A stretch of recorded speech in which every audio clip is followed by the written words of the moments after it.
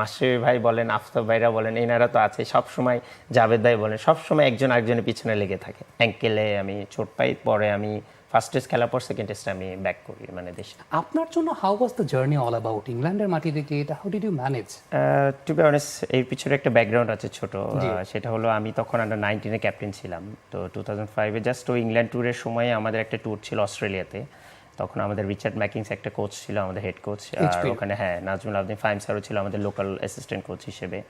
তো তখন ওখানে আমাকে বলা হয় যে I have been selected for the national team. তো রিচার্ড আমাকে ক্লিয়ারলি বলেছিল, কারণ যেটা আপনি বললেন যে দুটা টেস্টের আগে 3টা প্র্যাকটিস ম্যাচ ছিল। তো আমাদের মেইন কিপার তখন পাইলট ভাই ছিলেন।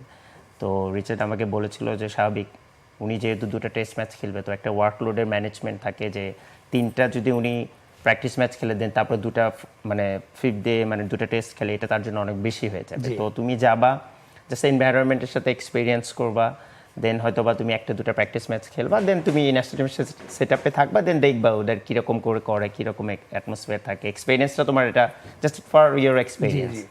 তারপরে যখন আমি গেলাম, যেটা বললেন যে সাসেক্সের সাথে আমি একটা 63 করলাম, দেন নর্থহ্যাম্পটনশায়ারের সাথে নেক্সট ম্যাচে আমি 150 নট আউট করলাম।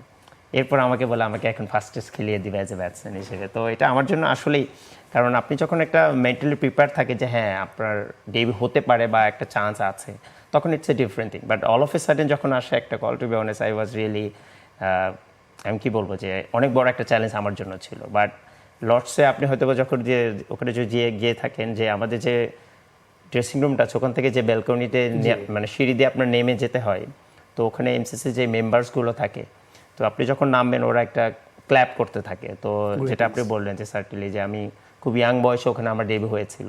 তো আমি অনেক নার্ভাস ছিলাম, এটার অবশ্যই মানতে হয়, কারণ Steve Harmison, Andrew Flintoff, Matthew Hoggard, Simon জো, যাদের খেলা টিভিতে যেরকম আপনি দেখেছেন, আমিও প্রচুর টাইম দেখেছি, তাদের এগেনস্টে খেলবো এত আর্লি। ইনশাল্লাহ আমার নিজের ভিতরে একটা কনফিডেন্স ছিল যে আমি ইন ফিউচার হয়তো বা খেলতে পারি, বাট এত আর্লি খেলবো এটা আমার কখনোই ছিল না। কারণ আন্ডার 19 লেভেলে 140 প্লাস বা 145 প্লাস এরকম বলার খুব রেয়ার থাকে। তো সেদিক থেকে বলবো, যখন আমি ওই স্টেয়ার্স দিয়ে নেমে যাচ্ছিলাম মাঠে, এরপরে যে তারা চেয়ার আপটা করেছে, যে সাপোর্টটা দিয়েছে, এরপর থেকে সত্যি কথা আমার নার্ভাসনেস একদমই কেটে গেছে। এবং তারপরে মনে হয়েছে আমি যেরকম বগুড়ার মাঠে যেরকম খেলি, ঠিক এক্স্যাক্টলি সেই ফিলিংটা এসেছে, ঠিক ওইভাবে করে নিজেকে এক্সপ্রেস করার চেষ্টা করি। মুশফিক, ভূতের বাড়ির ইনসিডেন্টটা কি ছিল? আপনারা যে হোটেলটায় ছিলেন এরপরে সেটা অনেকটা ভূতের বাড়ির শেপ এবং একটা হন্টেড হাউস টাইপের কিছু একটা ছিল, আমি পত্রিকায় পড়েছিলাম, উৎপল সুব্রতার একটা আর্টিকেল, এবং আপনার পা মুচকে গিয়েছিল সিঁড়ি থেকে পড়ে। What was the incident all about? এটা হচ্ছে আমাদের ডারহামে সেকেন্ড টেস্ট ছিল। তো ওখানে ইংল্যান্ডের ম্যাক্সিমাম কিছু জায়গা আছে যেখানে আপনার 3-4 স্টার হোটেল আছে, 5 স্টার নাই অনেক সময়। আবার ওরা হচ্ছে একটু ঐতিহ্য রেখে দেওয়ার চেষ্টা করে। তো ওই হোটেলটা এমন একটা কান্ট্রি সাইডের মতো, যেখানে আপনার ব্রিক দিয়ে না করে ওটা হচ্ছে উডেন টাইপের। তো আপনার সিঁড়ি দিয়ে কেউ হাঁটলে আপনার মানে নিচতলা কেউ থাকলে 3তলা থেকে ওটার আওয়াজ পাওয়া যায়।